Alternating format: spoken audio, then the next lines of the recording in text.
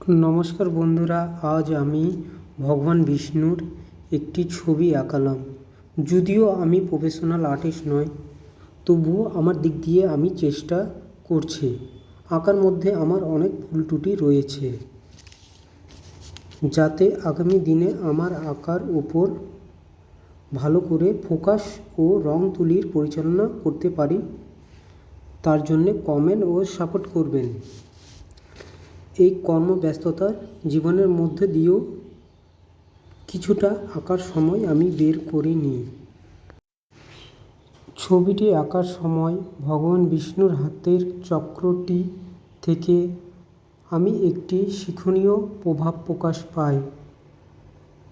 চক্রটি যেন মনে করিয়ে দিচ্ছে সময়ের মূল্য ও জীবন কালচক্রের ইঙ্গিত।